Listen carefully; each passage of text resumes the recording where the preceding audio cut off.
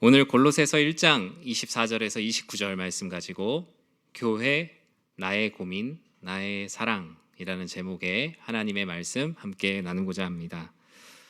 오늘 교회 설립 77주년 감사 예배를 드립니다. 제가 살면서 77이라는 숫자를 최근 한 달 동안에 제일 많이 들은 것 같아요. 이제는 외울 것 같습니다. 77, 77 계속 많이 들었습니다. 말씀의 제목처럼 교회는 나의 고민이며 사랑입니다. 이중적인 특성이 공존할 수 있는 곳이 교회입니다.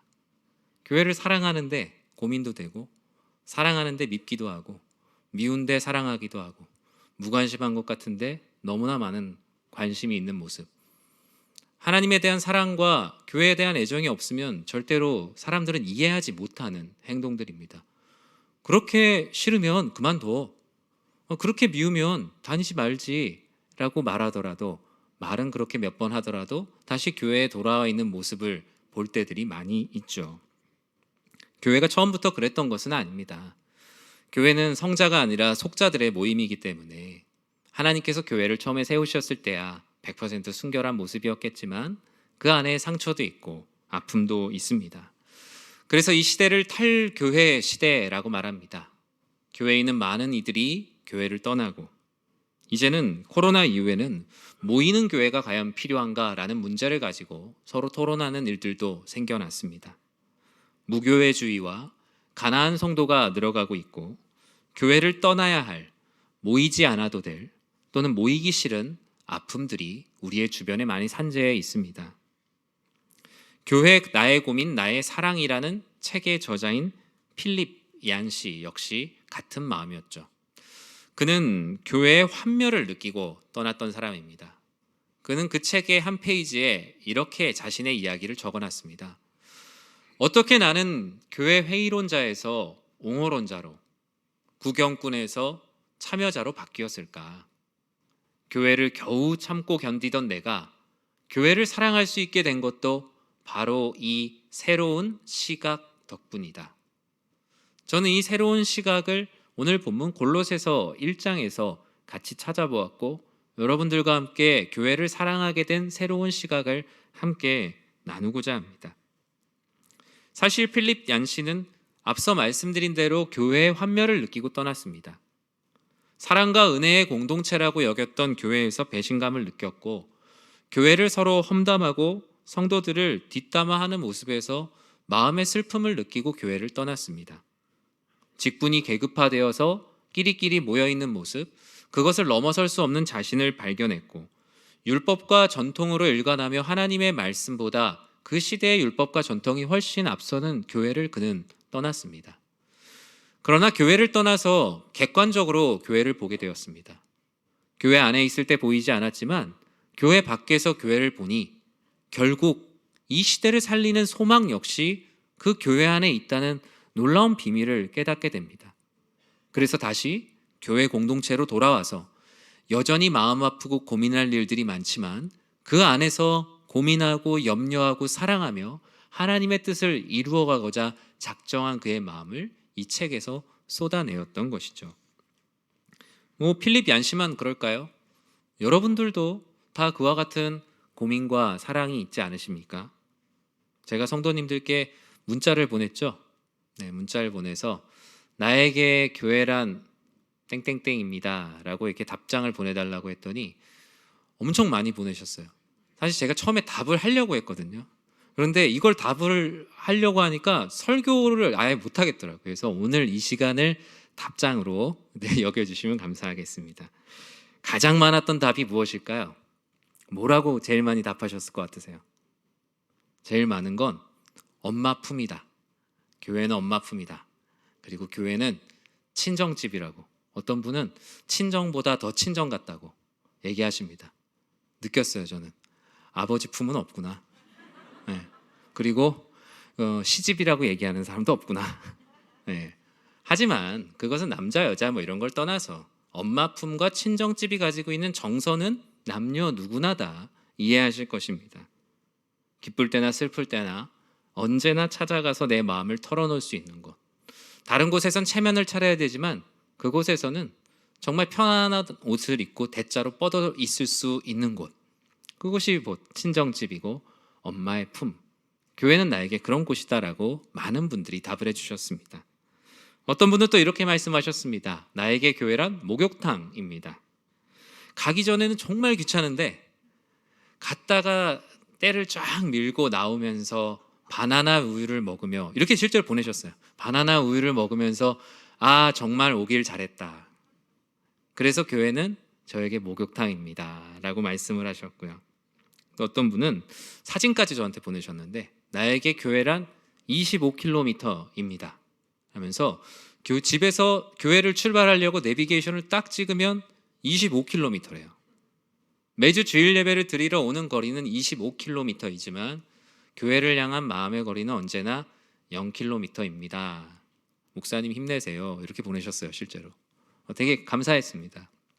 먼 거리에서 예배당에 오시는 성도님들을 축복합니다. 네, 아침마다 더 많이 일찍 준비하셔야 될 텐데 항상 감사하는 마음 하나님께서도 기뻐하실 것입니다. 어떤 분은 이렇게 말씀하셨어요. 나에게 교회란 제 모든 인생입니다. 목사님, 저 태어나서부터 연희교회 다녔습니다.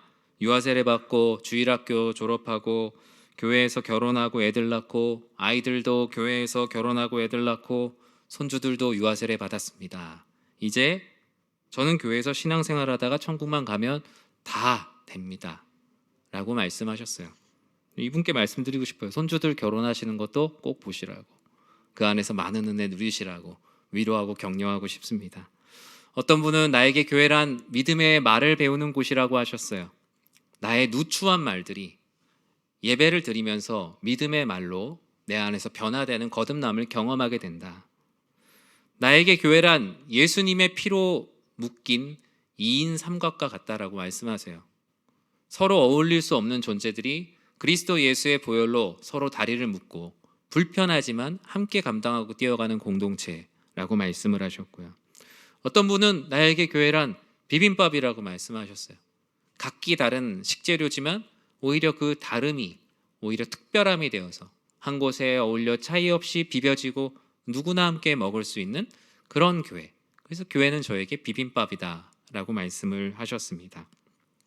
안식과 갈등이 공존하는 곳이라고 말씀하신 분도 계세요.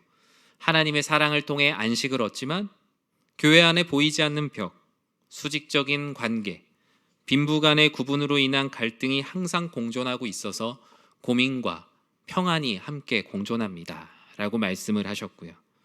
어떤 분은 또 이렇게 말씀하셨어요. 나에게 교회란 회귀 본능이며 고무줄이라고. 교회를 분명히 떠났는데 다음 주에 와보면 다시 앉아있대. 내가 이놈의 교회 다시 나오지 말아야지 했는데 다시 교회에 앉아있는 모습을 보고, 때론 내 신앙생활에서 내가 하나님을 떠났다라고 생각을 했는데 어느 순간 보면 다시 교회에 가서 하나님께 예배드리고 싶은 그 마음을 회귀 본능이라고 말씀하셨습니다. 어떤 분은 나에게 교회란 가족이라고 말씀하셨어요. 좋을 때는 한없이 좋은데 싫을 때는 정말 남보다 더 싫다는 거예요. 그리고 싫음에도 불구하고 한 집에 있어야 된다는 것이 너무나 고통스럽다라고 말씀도 해주셨습니다. 교회는 주유소다, 구원의 방주다, 종합병원이다, 길잡이다, 놀이터다, 방패막이다.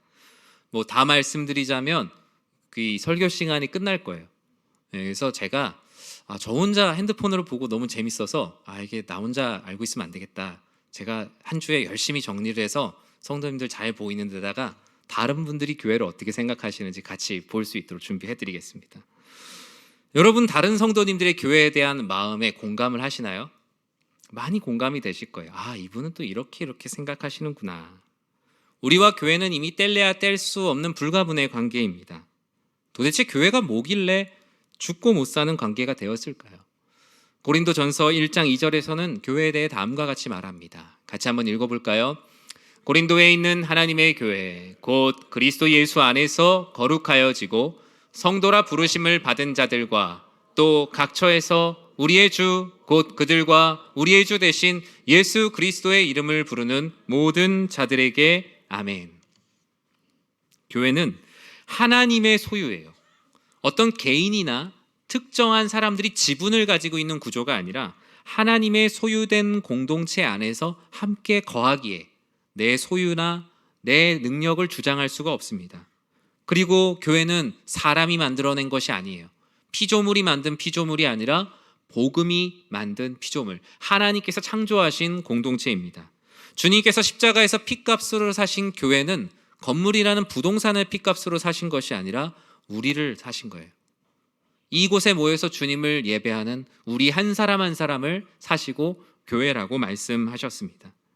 그래서 교회는 단 한 명이 모이든 성도 간의 분쟁으로 해서 날마다 싸우든 아니면은 장마철에 정말 비가 많이 와서 물이 콸콸 새든 예수 그리스도의 이름을 부르는 곳이라면 우리는 그곳을 전적으로 고민하고 사랑해야 될 교회라는 것을 우리는 부정할 수 없습니다. 바울 역시 감옥에서 골로새 교회에 대한 고민과 사랑을 나누고 있어요. 그는 교회를 너무 사랑했기 때문에 감옥에 있는 거예요. 교회를 덜 사랑했으면 감옥에 안 있었겠죠. 교회를 너무나 사랑하게 돼서 내가 이렇게 교회를 사랑하게 된 이유가 무엇일까 감옥 안에서 묵상했습니다.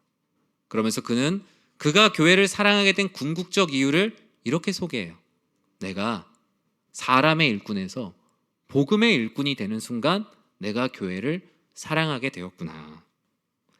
사람의 일꾼으로 살 때 바울의 모습은 존경받고 사랑받고 어디 가든 대접받는 인생이었습니다. 선생님 선생님 소리를 들으면서 불편할 것이 없는 아주 시대의 유명한 저명한 사람으로 살고 있었죠.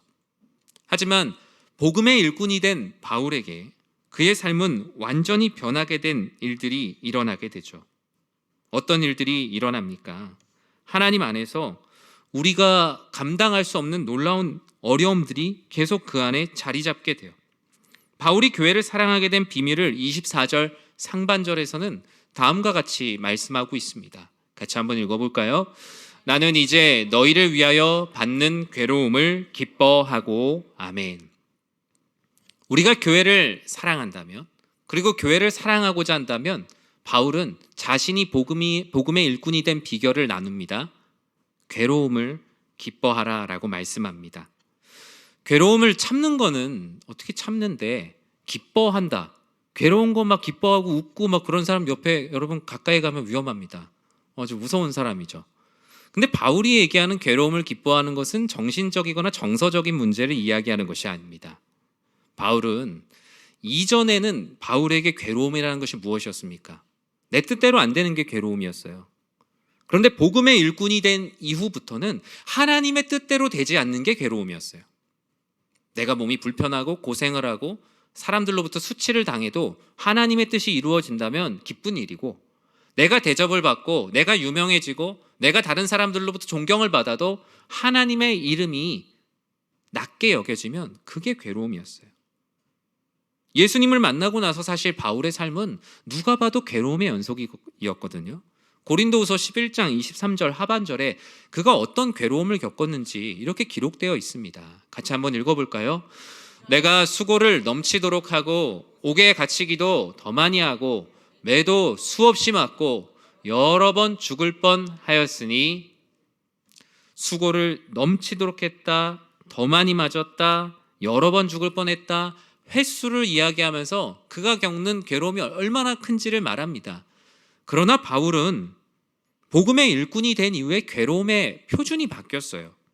고린도후서 11장 28절에선 이제 이런 것들은 그에게 괴로움이 아니고 이제 그를 괴롭게 하고 고민하게 하는 새로운 문제가 등장합니다. 28절 말씀을 같이 한번 읽어보겠습니다. 이 외의 일은 고사하고 아직도 날마다 내 속에 눌리는 일이 있으니 곧 모든 교회를 위하여 염려하는 것이라. 아멘. 바울은 교회를 향한 상사병에 걸렸어요. 내가 뭐 어떻게 살아가든지는 이제 그렇게 중요하지 않고, 내가 행복하더라도 주님의 몸된 교회가 행복하지 않으면 괴로운 거고, 내가 때론 힘들더라도 주님의 몸된 교회가 주 안에서 행복하면 괴롭지 않은 거였어요. 예수님을 사랑하니 교회를 사랑하지 않을 수 없게 되었어요. 그는 이제 교회를 미워할 시간이 그에게 없어요. 교회를 탓할 시간도 없고 교회에 대해서 마음 가운데 어두운 마음을 느낄 시간이 그의 인생 가운데 없다는 걸 느꼈어요. 그는 그의 모든 에너지를 교회를 사랑하는 일에 쏟았어요.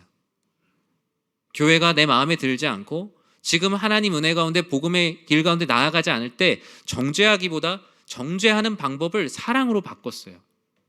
더 많이 사랑하면 바뀌겠구나. 이런 점들을 지적하는 사람이 아니라 내가 더 많이 사랑하면 변하겠구나. 완전히 그의 에너지를 다른 곳에 쏟기로 합니다. 사랑하는 성도 여러분, 저는 여러분들이 그와 같이 교회를 사랑하길 진심으로 축복합니다. 그리고 여러분이 교회를 향한 고민과 사랑은 지극히 정상이에요.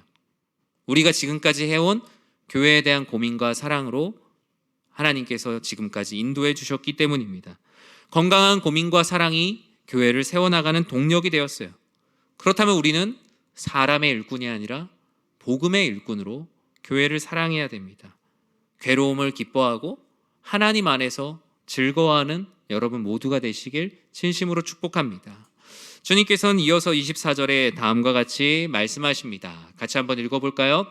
나는 이제 너희를 위하여 받는 괴로움을 기뻐하고 그리스도의 남은 고난을 그의 몸된 교회를 위하여 내 육체에 채우노라. 아멘. 내가 교회를 사랑한다면 주님께서는 두 번째로 말씀하십니다. 오늘 본문은 교회를 사랑하는 네 가지 방법에 대해서 말씀하고 있는데, 두 번째로 그리스도의 남은 고난을 육체에 채우라라고 말씀합니다. 구원은 이미 예수님의 십자가 고난으로 우리들에게 주어졌습니다. 남은 고난을 채우라는 말에 오해가 있을 수 있죠. 예수님께서 우리를 구원하시기 위해 십자가에서 쏟으신 고난이 다 안 쓴 고난이 아니고 그것은 그거대로 완성된 고난이고요. 주님께서 부활 승천하시면서 우리들에게 말씀하신 것, 하나님과 이웃과 또 교회를 위하여 너희가 그리스도인으로서 살아가는 데 있어서 나의 이름을 위하여 고난을 감당하는 것, 그것이 너희들에게 맡겨진 남은 고난이며 사명이라. 그것을 다른 사람들에게 짐지우지 말고 너의 육체에 채우라라고 말씀을 하셨습니다. 우리가 천국 갈 때까지 감당해야 되는 고난이 바로 그리스도의 남은 고난을 나의 육체에, 다른 사람의 육체가 아니라 나의 육체에 채우는 것입니다. 24절 말씀을 현대인의 성경 번역본으로 보면 좀 더 이해가 쉬운데요. 제가 읽어드릴게요. 지금 나는 여러분을 위해 받는 고난을 오히려 기뻐하며 그리스도께서 자신의 몸인 교회를 위하여 받으신 고난의 남은 부분을 내 몸으로 겪고 있습니다. 사랑하는 성도 여러분, 교회는 멀리서 바라보는 사랑이 아닙니다. 남은 고난을 적극적으로 함께 짊어지는 것, 그리고 그 짐의 무게를 함께 느끼고 함께 나누는 것, 교회를 위해 때로는 모욕을 당하고 수치를 당하는 것, 때로는 내 몸이 괴롭고 내 자존심을 내려놓을 수도 있는 것, 그것이 바로 교회를 사랑하는 성도의 참된 모습이다라고 본문은 말하고 있어요. 교회 때문에 잠 못 이루는 모든 밤들이 그리스도의 남은 고난을 육체에 채우는 과정이죠.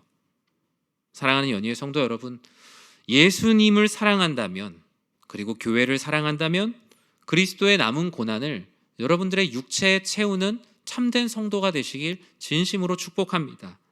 교회를 위한 고민과 사랑을 감당할 때 영적인 침체에서 벗어나서 부흥으로 갈 수 있어요.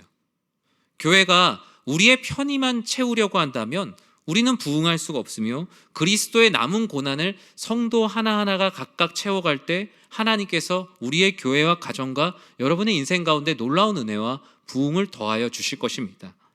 25절은 계속 이어서 우리들에게 다음과 같이 말씀합니다. 우리 25절 말씀을 같이 한번 읽어볼까요?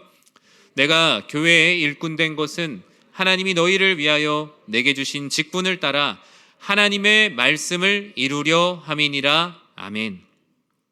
교회를 사랑하는 세 번째 방법이 오늘 본문에 기록되어 있습니다. 하나님의 말씀을 이루려고 하는 것이 교회를 사랑하는 것이다 라고 말합니다. 주 안에서 겪는 모든 괴로움을 기뻐하는 것, 그리스도의 남은 고난을 내 육체에 채우는 것, 그리고 하나님의 말씀을 이루는 데 전심전력하는 것입니다. 우리가 특히 교회의 일꾼이 되어 교회를 사랑하는 것은 우리에게 주신 직분과 사명을 따라 하나님의 말씀을 이루기 위해 직분과 사명과 봉사의 직분을 맡습니다. 교회를 사랑하는 것은 자신의 야망을 실현하는 것이 아니기 때문입니다. 저도 우리 교회에서 목회를 하고 있지만 이 자리는 제 자아 실현하는 자리가 아닙니다. 제가 하고 싶은 것 하는 자리가 아니고 하나님의 말씀 그리고 우리 교회를 향한 하나님의 비전들을 함께 공유하고 발견해가며 하나님의 말씀을 이루어가는 일을 하기 위해 저도 사역을 하고 있습니다. 우리도 장로님께서 기도하셨던 것처럼 4월에 직분자 선출이 있죠. 직분을 받는 목적은 무엇입니까? 교회의 의사결정 구조에서 내 목소리를 더 크게 내기 위해서 직분을 받는 사람은 없습니다. 누구나 직분을 받는 목적은 하나님의 말씀을 이루는데 내가 그 앞에서 조금이라도 더 헌신하고 섬기고자 직분을 감당하는 것이죠. 교회가 만약에 하나님의 말씀을 이루지 않고 교회라는 조직의 목적만 이루려고 한다면 어떻게 될까요? 하나님은 하나님이고 교회는 우리끼리 해갖고 어쨌건 많이 크게 불려가자. 그러면 이름은 교회지만 사실은 이익단체나 정당, 동아리 정도에 불과하게 됩니다. 사람들이 볼 때 그 교회가 유명한 교회일 수는 있지만 하나님이 보실 때는 하나님의 말씀과는 상관없는 교회라는 이름만 붙어있는 교회가 충분히 될 수 있습니다. 비전만 없고 계산만 남은 공동체의 말로죠. 하나님의 말씀을 이루지 않고 개인의 비전만 교회 공동체 안에서 막 이루려고 한다면 어떻게 될까요? 아마 사공이 많아진 배처럼 산에 올라가거나 아니면 벼랑에 떨어질 겁니다. 여기 있는 성도님들이 각기 다른 방향으로 노를 젓는다고 한번 생각해 볼까요? 열심히 노는 전데 아마 그 자리에 가만히 있을 겁니다. 그것이 바로 개인의 비전을 이루는 데 있어서 주의해야 되는 부분이죠. 교회는 오직 주님의 말씀을 이루는 데 집중하고 오직 사공이 예수 그리스도 한 분이심을 믿을 때에만 하나님 나라의 그 길로 나아갈 수가 있습니다. 우리는 그것을 부흥이라고 하죠. 28절에서는 또 다음과 같이 말씀합니다. 28절 상반절 말씀을 같이 한번 읽어볼까요? 우리가 그를 전파하여 각 사람을 권하고 모든 지혜로 각 사람을 가르침은 각 사람을 그리스도 안에서 완전한 자로 세우려 함이니 아멘. 교회를 사랑하기 위한 마지막 네 번째 방법을 본문에서 말합니다. 복음을 전파하고 사람을 세우는 것이 내가 교회를 사랑하는 것이다 라는 거예요. 성도님들을 붙잡고 교회를 사랑합니까? 라고 물어보면 그럼요, 사랑하죠. 어떻게 사랑하십니까? 예, 그냥 사랑합니다. 오늘 본문은 사랑이라는 것이 무엇인지를 네 가지를 분명히 말하고 있습니다.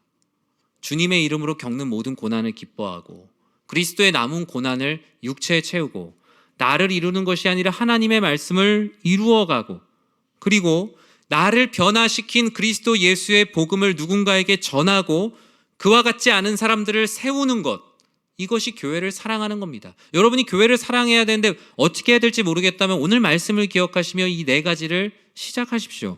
그러면 하나님께서 내가 교회를 사랑하는구나, 내가 그리스도의 몸된 교회를 사랑하는구나 라고 칭찬하실 것입니다. 교회의 건강함을 판단하는 기준이 여러 가지가 있지만 그 중에 대표적인 기준은 복음이 그 교회를 통해서 얼마나 전파되고 있느냐, 그 교회가 영혼의 생산성이 있는 교회냐라는 것이 중요합니다. 그 교회가 500명이든 1000명이든 10,000명이든 그건 중요하지 않습니다. 그 안에서 얼마나 많은 사람들이 거듭나고 있느냐, 얼마나 많은 사람들이 제자의 길을 걷고 있느냐가 훨씬 더 중요한, 통계에 잡히지 않는 지표라고 할 수 있습니다. 요즘 우리나라의 가장 큰 문제가 뭡니까? 경제 불황 이런 거 아닙니다. 제일 큰 문제는 출산율입니다. 0.78명, 가임기에 있는 여성이 0.78명을 생애 가운데 출산하는 거죠. 그럼 이 출생률 0.78, 서울은 0.5인데요. 과연 교회에서의 출산율은 무엇일까? 교회에서 출산율, 우리 아이들 태어나는 것 물론 출산율일 수 있지만 영적으로 교회의 출산율은 교회가 얼마나 많은 이들에게 복음을 전하고 있고 예수 그리스도를 모르는 사람들이 예수님을 믿게 되어서 이 자리에서 예수 그리스도의 이름으로 변화를 받아 세례를 받는 거듭나는 사람들이 얼마나 우리 공동체 안에 태어나고 있느냐, 그것이 우리의 교회의 사랑에 대한 결과라고 할 수 있습니다. 전 이 통계를 내기가 무섭더라고요. 우리 안에 영적인 생산성이 있는가, 거듭나는 영혼들이 날마다 늘어나고 있는가, 그 어떤 것으로 수치화할 수는 없지만 한 사람 한 사람이 그리스도인으로서 결단하고 하나님의 사람으로 살아가기로 마음을 먹고 삶이 변하고 있는가, 만약에 그렇지 않다면 아무리 교회 분위기가 좋고 좋은 말씀이 선포되고 기도회가 뜨겁다고 할지라도 주님을 전하지 않으면 우리는 그저 세상에 시끄럽게 울리는 꽹과리에 불과합니다. 복음을 전파하는 것, 온전한 사람을 세우는 것은 하나님께 영광 올려드리기 위함이에요. 하나님, 제가 주님의 몸된 교회를 이렇게 사랑합니다라는 증거가 복음을 전하는 겁니다. 교회가 어려워지면 가장 먼저 줄이는 비용이 전도와 교육입니다. 왜 그런지 아세요? 전도랑 교육은 오래 안 해도 티가 안 나요. 교회에 이번 주에 밥을 안 주면 티가 나죠? 네, 밥을 안 줬다 막 큰일 날 겁니다. 근데 전도랑 교육은 안 해도 티가 안 납니다. 그런데 나중에는 그 어떤 걸로도 다시 세워지기가 어려워요. 돈을 아무리 들여도 안 돼요. 때가 있어요. 복음을 전하고 사람을 세우는 것은 인풋과 아웃풋을 따지는 경제적인 관점으로 접근하는 것이 아니라 주 안에서 거듭난 새 사람의 모습을 주님께 끊임없이 올려드리는 거예요. 주님, 오늘도 이렇게 또 새로운 영혼이 주님의 전에 나왔습니다. 교회를 오래 다녔지만 말씀을 듣고 변화되는 영혼들이 일어나고 있습니다. 하나님을 알지 못했던 이들이 예배당에 나와 하나님을 알게 되고 세례를 받고 변화를 받아 제자가 되는 놀라운 역사가 일어나고 있습니다라는 소식을 주님께 계속 올려드리는 것이 교회를 사랑하는 참된 모습입니다. 저는 사랑하는 연희의 모든 성도님들이 복음을 전하고 사람을 세우는 일을 위해서 기도하시고 전심전력으로 함께 참여해 주시길 진심으로 축복합니다. 우리가 하나님께 내가 교회를 사랑하느냐라고 물을 때 보여드릴 수 있는 모습이 저를 사랑하신 주님을 제가 전하고 있습니다. 주님을 알지 못하는 사람들을 세워가고 있습니다. 이런 놀라운 역사로 주님께 응답하는 연희의 모든 성도님들 되시길 주님의 이름으로 축복합니다. 말씀을 맺습니다. 한때 유행했던 최불암 시리즈의 한 이야기를 나누고 말씀을 마칩니다. 최불암 씨라고 하니까 좀 그렇네요. 여기 이제 최불암이 어떤 이상한 꿈을 꾸었습니다. 근데 그 꿈을 꾼 이후로 머릿속에 7이라는 숫자가 지워지지가 않는 거예요. 그런데 달력을 딱 보니까 오늘이 7월 7일인 거예요. 오, 이상하다. 시계를 봤더니 7시 7분 7초를 지나고 있는 겁니다. 야, 이거 뭔가 되는 날이구나. 기분 좋은 생각에 밖으로 나갔더니 777번 버스가 오고 있는 거예요. 777번 버스를 타고 딱 내렸더니 종점이 경마장이었습니다. 경마장 앞에 있는 은행에서 전 재산을 다 인출했습니다. 마침 경마장에 가니 7번 경기가 시작되고 있었어요. 최불암이 7번 말에다가 전 재산을 다 걸었습니다. 어떻게 됐겠어요? 7등 했습니다. 네. 77주년입니다. 어떤 분은 7땡이라고 좋아하시더라고요. 좋죠. 좋습니다. 그러나 숫자가 우리들에게 능력이 되는 것은 아닙니다. 오늘을 하나님 앞에 최선을 다해서 사랑하고 섬기지 않으면 지난 77년이라는 그 시간 자체가 우리들에게 공로가 되지는 않아요.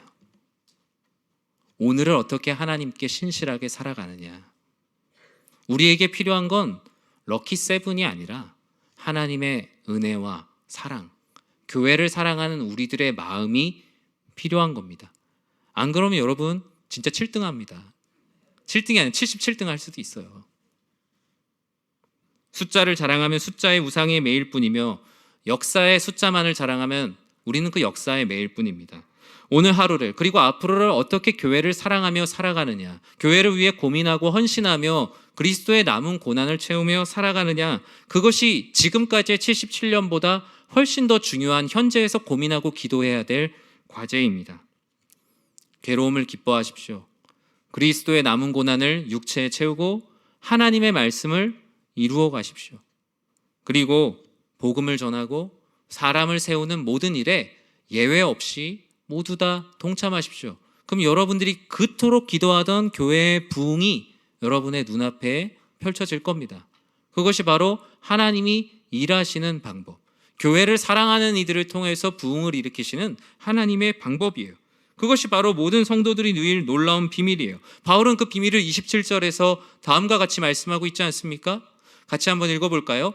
하나님이 그들로 하여금 이 비밀의 영광이 이방인 가운데 얼마나 풍성한지를 알게 하려 하심이라. 이 비밀은 너희 안에 계신 그리스도니 곧 영광의 소망이니라. 아멘.